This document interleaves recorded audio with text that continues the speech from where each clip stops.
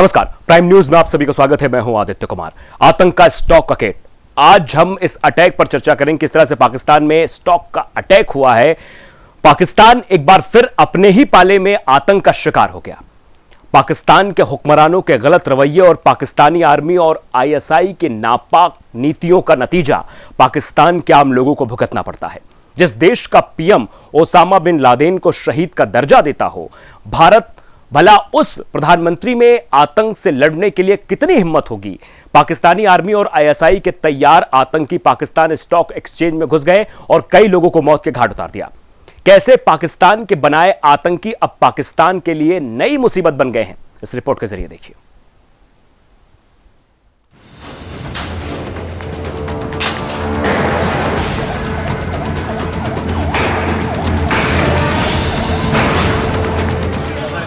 सड़क पर आतंकियों की लाश, हर तरफ दहशत का माहौल, एक्शन में पाकिस्तानी रेंजर। जी हाँ, बिल्कुल। देखिए, ये स्टॉक एक्सचेंज पे बताया जा रहा है कि हमला हुआ है, दहशतगर्द अंदर जो कि गाड़ी में सवार थे, दस्ती बम हमला और उसके बाद फायरिंग की रही है।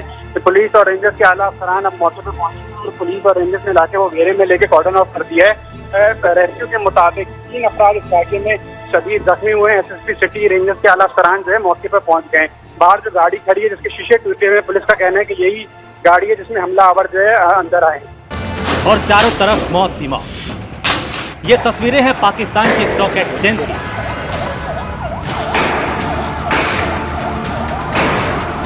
जहां बालूच लिबरेशन आर्मी के 4 आतंकियों ने ऐसा खूनी खेल खेला कि कई पुलिस वाले और मासूम बेवजह मारे गए। जी हाँ, बिल्कुल।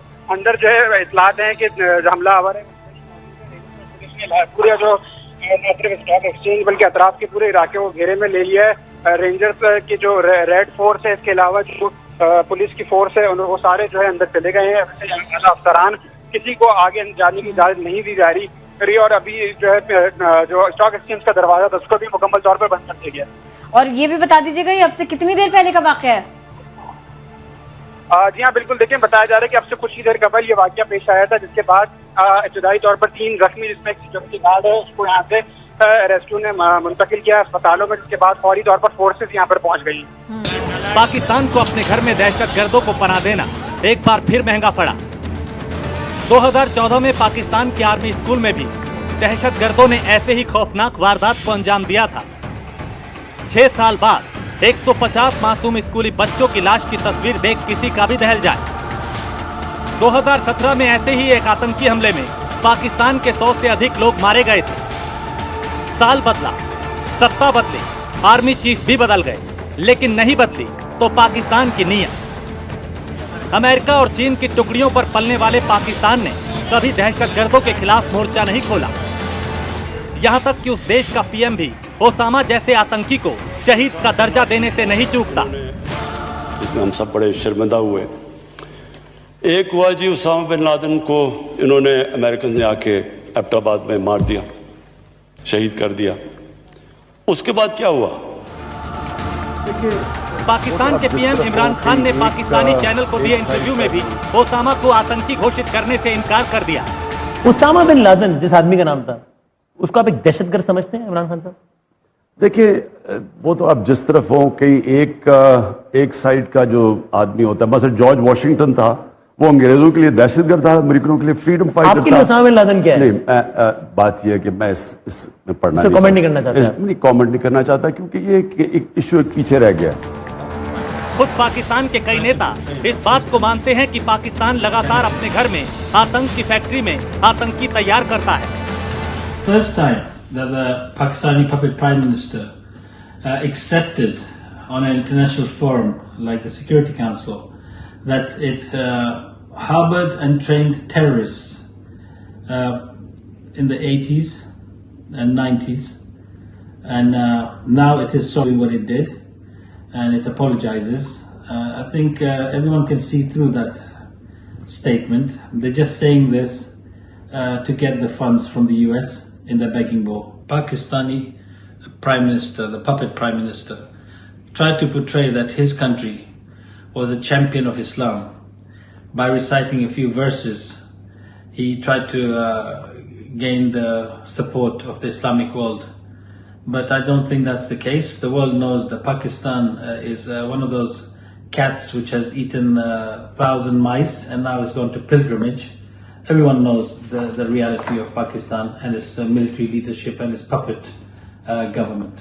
It is funny to see the Pakistani military and its operatives so anxious about the Kashmir issue that they're operating like an NGO, running across the planet, trying to lobby countries, and obviously countries are ignoring them, to talk about the Kashmir issue. Their incompetence is so visible in the fact that last Friday they missed the deadline to pass or gather support for UN resolution in Kashmir. Obviously they didn't have the numbers, but to miss the deadline, it seems like a high school homework that they missed. Incompetence is so. सोमवार सुबह stock exchange खुलते ही बुलूच liberation army के 4 आतंकी stock exchange पर धावा बोल देते हैं। और आज क्योंकि सऊद पाकिस्तान स्टॉक एक्सचेंज, जिन कराची के लोगों ने, जिन पाकिस्तान के लोगों ने इसका नाम सुना, इस मकाम को नहीं देखा हुआ, जरा उनके लिए बताइएगा इस एरिया के बारे में। देखिए, कराची का एक मसरूफ तरीन इलाका है। IIA चंडीगढ़ रोड टावर पे के बिल्कुल करीब ये स्टॉक एक्सचेंज बना हुआ है। इस सड़क पर वैसे ही हम आम रोज पर स्टॉक एक्सचेंज ना भी होता तो भी इंतहाई रश होता है, और आज भी क्योंकि पिछली का रोज है, पहला वर्किंग डे है, तो काफी रश था। स्टॉक एक्सचेंज खुलते ही जो है एक बड़ी तादाद यहाँ पर लोगों की, न सिर्फ काम करने वाले, इससे वाबस्ता अफराद की आती है। तो यही मालूम होता है कि जब रश था उस दौरान ये हमला किया गया ताकि नुकसान जानी हो, लेकिन अब तक सिर्फ 3 अफराद के जख्मी होने की इत्तला मिली है। भी बता दीजिएगा कि अंदर भी कुछ लोग होते हैं वहां पर, अंदर चूंकि काम का आगाज हो चुका होता है, तो फिर अब लोगों को इवैक्यूएट कराना, सर वो भी बता दीजिएगा सऊद साथ में। जी हाँ, बिल्कुल। जो लोग बाहर निकल सकते थे उनको निकाल दिया गया था, और उसके बाद दरवाजों को मुकम्मल तौर पर बंद कर दिया गया। किसी को बाहर जाने या अंदर आने की इजाजत नहीं दी जा रही। पुलिस और एजेंसी ने इसको पूरा कॉर्डन ऑफ कर लिया है, क्योंकि बराबर में जो है स्टेट बैंक है स्टॉक एक्सचेंज के, और उसके साथ ही जो है पुलिस का जो हेड ऑफिस है वो भी यहाँ पर मौजूद है। सात तरीन इलाका है, इसी वजह से फौरन जो है कानून नाफिज करने वाले इदारे मौके पर पहुंच गए। और ये भी बता दीजिएगा, जो लोग बाहर आए हैं, कोई किसी से आपकी बात हुई हो, या फिर लोग एक दूसरे को तलाश भी करते हैं, एक दूसरे से कांटेक्ट भी करते हैं? मतलब मैं ये जानना चाह रही हूँ, अंदर इस वक्त कोई भी मौजूद नहीं है, लोगों को बाहर निकाल दिया गया, सेफली बाहर निकाल दिया गया, ऐसे ही है? अंदर अभी भी लोग बताया जा रहा है कि मौजूद हैं। स्टॉक एक्सचेंज में एक बड़ी तादाद आती है सुबह, और उसके बाद इतनी जल्दी उनको फौरी तौर पर इवैक्यूएट नहीं किया जा सकता, नहीं निकाला जा सकता, इसलिए जो दरवाजे हैं वो फौरी तौर पर बंद कर दिए गए। दोपहर तक ही इस हमले में 4 आतंकियों समेत 9 लोग मारे गए। जी हाँ, बिल्कुल स्टॉक एक्सचेंज के अंदर हम लोग मौजूद हैं। यहाँ से इस दरवाजे से जो है हमलावर अंदर आने की कोशिश कर रहे थे, जिनको 2 को जो है दरवाजे पे ही मार दिया गया। अंदर आर्मी भी पहुंच गई है, रेंजर्स भी पहुंच गई है, साउथ जोन की पुलिस भारी नफरी अंदर पहुंची है। बताया जा रहा है 4 इब्तदाई तौर पर हमलावर थे जो कि मारे गए हैं। अभी भी जो है कॉर्डन ऑफ किया हुआ है इलाके को। DIG साउथ और इलाका पुलिस जो है यहाँ पर मौजूद है। DIG साउथ से जानने की कोशिश करते हैं मजीद। सर, कितने हमलावर थे? यार अभी तक रिपोर्टेडली 4 थे। I'll give you further details जैसे इवॉल्व होती है। हॉस्टेजेस हैं अंदर? नहीं, खुदा का शुक्र है अभी वो उस पे अभी तक मुझे कोई ऐसी बात नहीं है। मारे गए अभी तक रिपोर्टेडली। और कोई अंदर नुकसान जानी हुआ इसके अलावा? अभी तक ये पता नहीं है, हमें ट्राइंग टू डिटरमिन। जो बाहर गाड़ी खड़ी इसी में आए थे? जी इसी में आए थे। Please let us do our jobs, हम कर जो है पुलिस के सीनियर अफसरान यहाँ पर मौजूद है। 4 दहशतगर्द बताया जा रहा है जो बाहर खड़ी गाड़ी थी उसी में आए थे। अंदर जिस तरह से जो है दाखिल होने की कोशिश कर रहे थे, 2 दरवाजे पे मारे गए। इसमें 3 अफराद शदीद जख्मी भी हुए हैं, जिसमें 2 जो है बताया जा रहा है पुलिस एहलकार भी इसमें जख्मी हुए हैं, और इसके अलावा जो यहाँ के सिक्योरिटी गार्ड थे वो भी इसमें जख्मी हुए हैं। अभी भी अंदर नफरी मौजूद है। पाक फौज को भी तलब कर लिया। कैमरामैन फरहान यूसुफ अगर आपको दिखाएं कि फौज की एक बड़ी नफरी जो है अंदर यहाँ से मौजूद है। ये जो है वो रास्ता है जहाँ से गाड़ी आ जाती है। अगर मैं आपको आगे ले चल के दिखाऊं कि यहाँ से जो है हमलावर अंदर दाखिल होने के आगे बढ़ते, लेकिन क्योंकि बैरियर बहुत ज्यादा बड़े थे, वो गाड़ी नहीं जा सकी। वो वहाँ पे उन्होंने मुज़ाहमत का सामना हुआ, और उसके बाद जो है 2 अंदर गए और वो भी मारे गए। यहाँ पे अभी भी पाक फौज और रेंजर्स की भारी नफरी जो है यहाँ पर देखी जा सकती है, और अभी भी जो है सर्च किया जा रहा है ताकि अगर कोई दहशतगर्द या मौजूद है तो इसको नहीं है तो उसको जो फौरी तौर पर क्लियर कराया जा सके। आतंकियों ने सबसे पहले ग्रेनेड से हमला किया।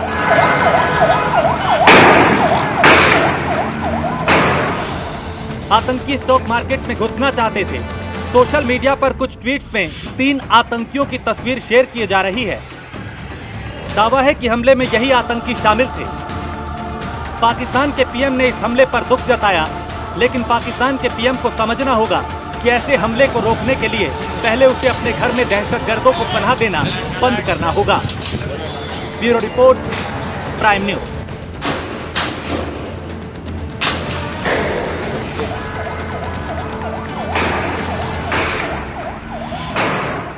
क्या है, पेट्रोल का दाम अर्थव्यवस्था में छुपा होता है। महंगे पेट्रोल डीजल की मार ने देशवासियों का जीना बेहद मुश्किल कर दिया है।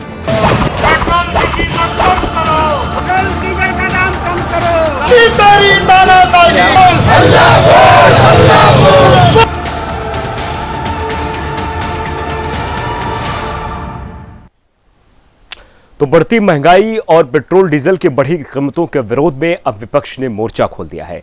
देश भर में बढ़ती महंगाई और तेल की कीमतों के खिलाफ कांग्रेस और विपक्षी पार्टियों ने विरोध प्रदर्शन किया। कई जगह पुलिस को कांग्रेस कार्यकर्ताओं के खिलाफ लाठीचार्ज भी करना पड़ा, तो वहीं कई जगह प्रदर्शनकारी हिरासत में भी लिए गए। सोनिया गांधी और मायावती ने सरकार पर जनता से पैसे लूटकर सरकारी खजाना भरने का आरोप भी लगाया है। तेल की बढ़े कीमतों पर विपक्ष के हल्ला बोल पर यह खास रिपोर्ट देखिए। पेट्रोल की कीमत कम करो, पेट्रोल डीजल का दाम कम करो।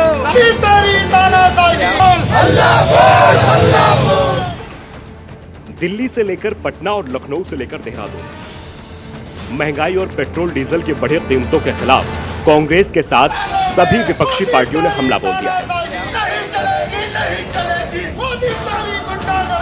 सरकार को महंगाई के मुद्दे पर घेरने के लिए सोशल साइट्स पर भी मुहिम शुरू की गई है। ऐसा पहली बार हुआ है कि कांग्रेस पार्टी के ट्विटर हैंडल से हर घंटे केंद्र सरकार के खिलाफ ट्वीट किया जा रहा है। सोनिया गांधी ने भी बयान जारी कर केंद्र सरकार की आलोचना की है। सोनिया ने सरकार पर एक्साइज ड्यूटी बढ़ाकर कीमतें बढ़ाने का आरोप लगाया है। कोरोना महामारी का कहर और दूसरी तरफ महंगे पेट्रोल डीजल की मार ने देशवासियों का जीना बेहद मुश्किल कर दिया है।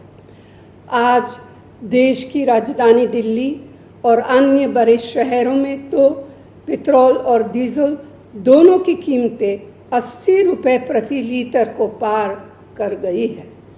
25 मार्च के लॉकडाउन के बाद मोदी सरकार ने पिछले 3 महीनों में 22 बार लगातार पेट्रोल डीजल की कीमतें बढ़ाई। डीजल की कीमत 11 रुपये प्रति लीटर और पेट्रोल की कीमत 9 रुपये 12 पैसा प्रति लीटर और बढ़ा दी।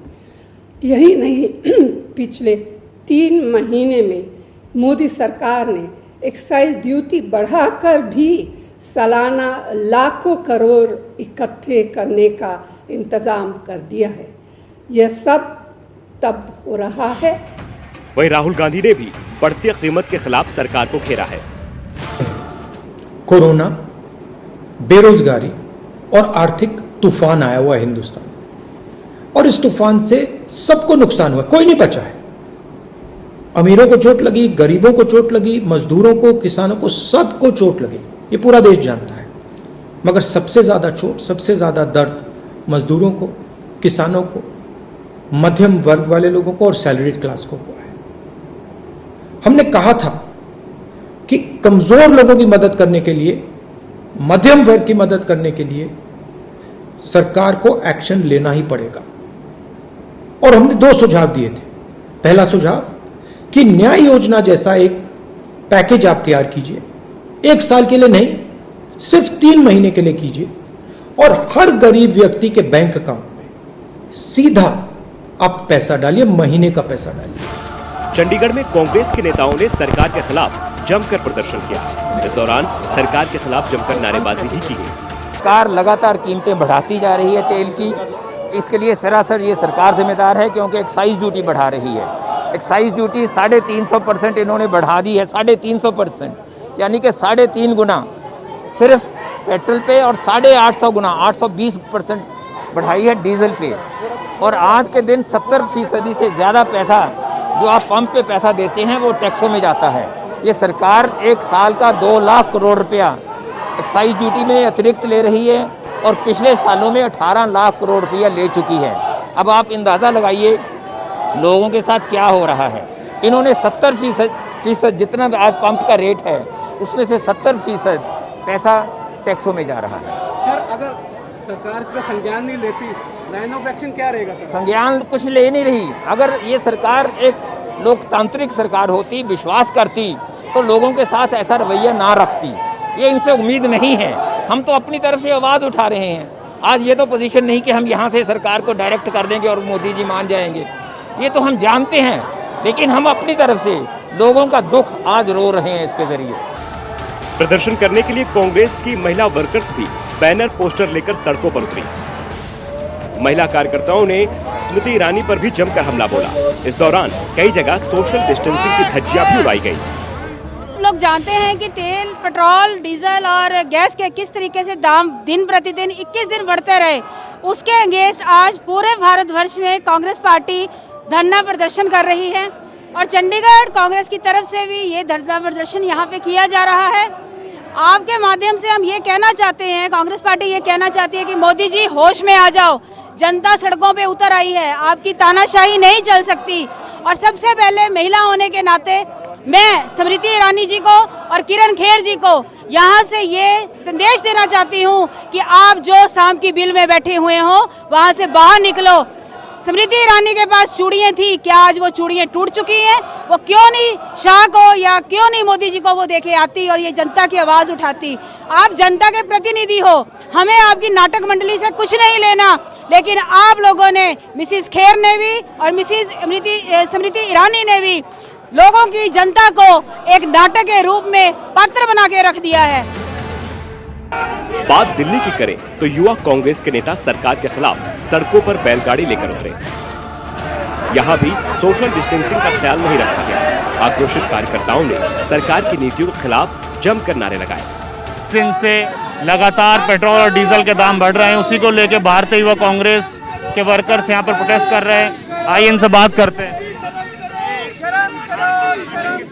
देखिए, जिस तरीके से आज कोरोना महामारी से पूरी दुनिया और ये भारत देश भी परेशान है, इस टाइम पे भी भारतीय जनता पार्टी जिस तरीके से तेल के आज कच्चे दाम सस्ते हो चुके हैं और आज हिंदुस्तान में 21 दिन से ज़्यादा हो गए, 22 दिन हो गए, 23 दिन, और तेल के दाम डेली बढ़ाए जाए। हम नरेंद्र मोदी सरकार से और भाजपा से ही कहना चाहते हैं इस तेल के दामों को कम किया जाए।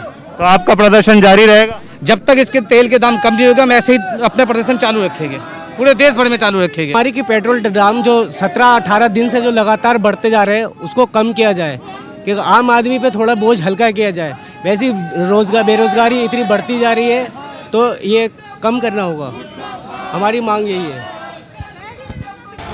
वहीं यूपी के भी तकरीबन सभी जिले तेल की बढ़ी कीमतों के खिलाफ प्रदर्शन कर रहे हैं।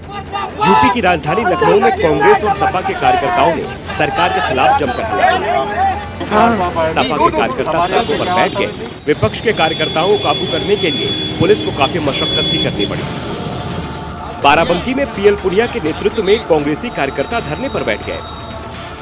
पीएल पुनिया ने सरकार के खिलाफ वादा खिलाफी का भी आरोप लगाया।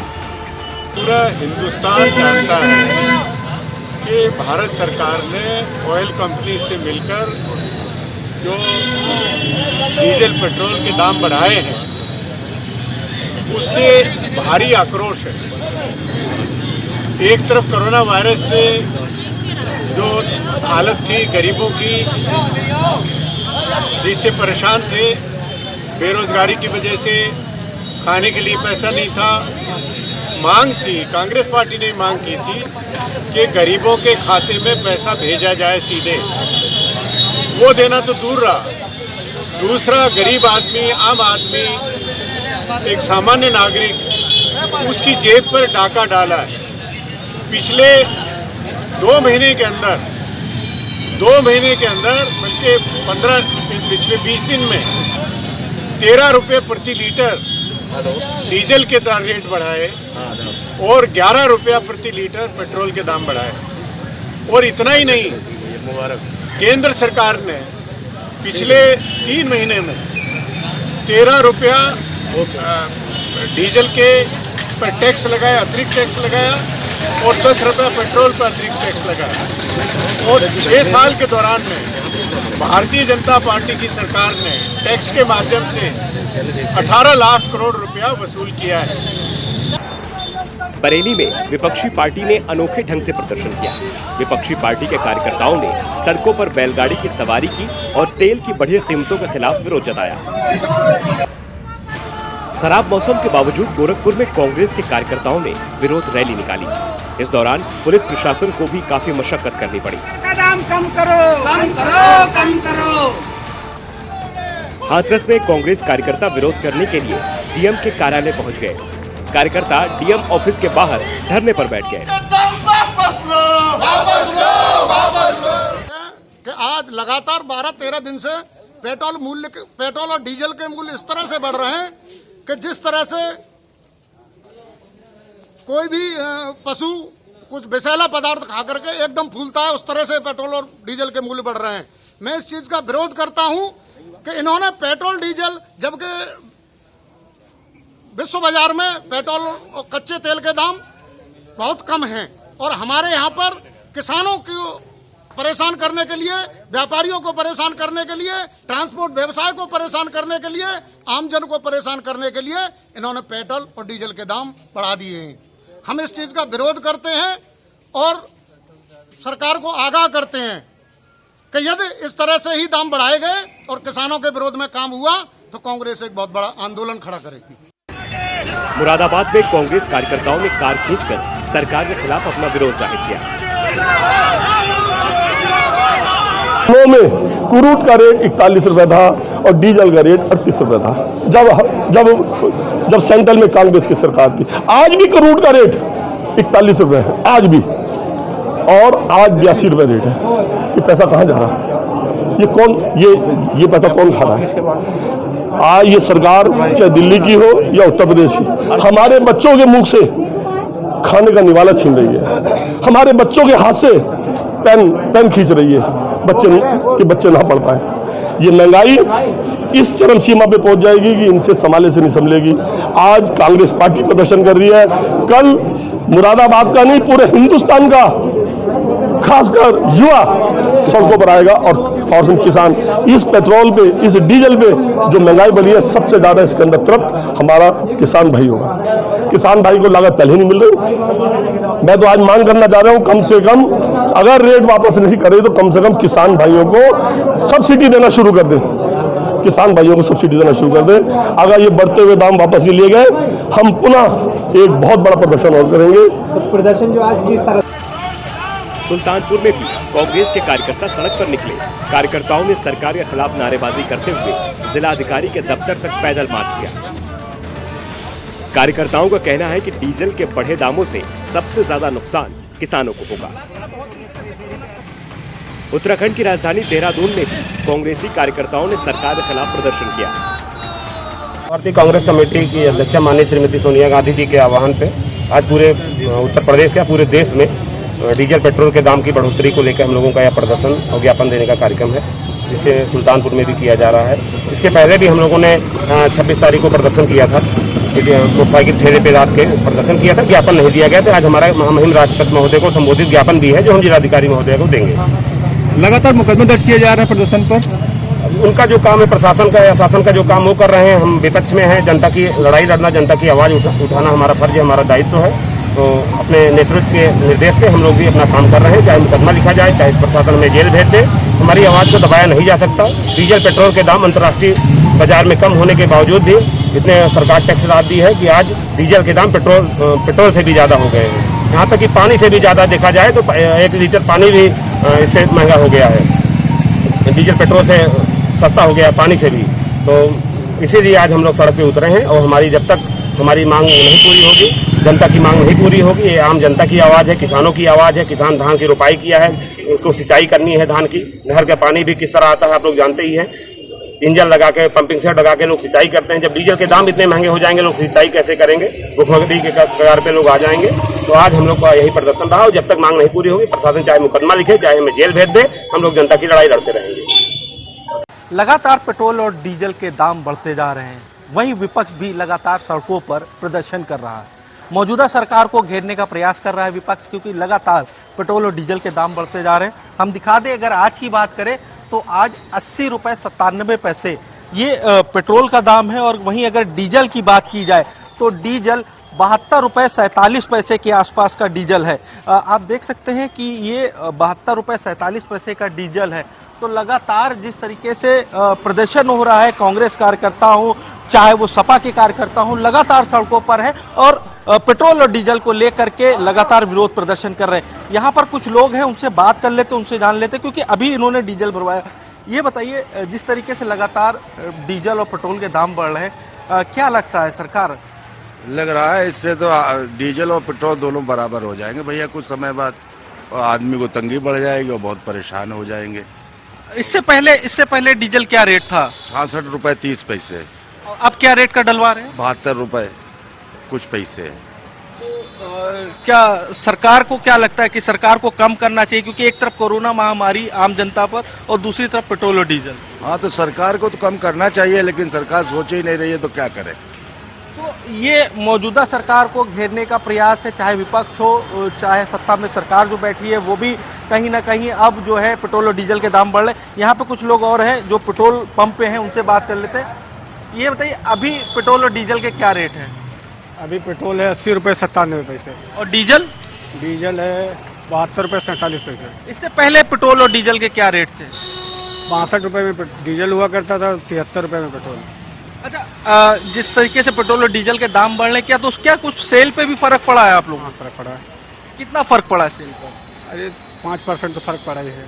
जिस आदमी को जितना भराना था उससे कुछ कम तो भरा ही रहा है महंगाई के साथ। जिस तरीके से महंगाई है और पेट्रोल और डीजल के दाम बढ़ रहे हैं, तो कहीं ना कहीं विपक्ष भी मौजूदा सरकार को घेर रहा है। तो लगातार पेट्रोल और डीजल के दाम बढ़ रहे हैं। आम जनता भी इस समय परेशान है, क्योंकि आम जनता पर दो तरीके की मार पड़ी है, एक कोरोना महामारी और दूसरी तरफ पेट्रोल और डीजल। फिलहाल देखना यह होगा कि मौजूदा सरकार अब किस तरीके से पेट्रोल और डीजल के दाम निर्धारित करती है, क्योंकि लगातार चाहे वो दिन पर दिन 10 पैसे हो 5 पैसे हो, लगातार बढ़ता दिखाई दे रहा है। लखनऊ से कैमरा पर्सन राहुल के साथ आशीष वर्मा, प्राइम न्यूज। चलिए, इस खास पेशकश में आज के लिए इतना ही। मुझे दीजिए इजाजत। नमस्कार।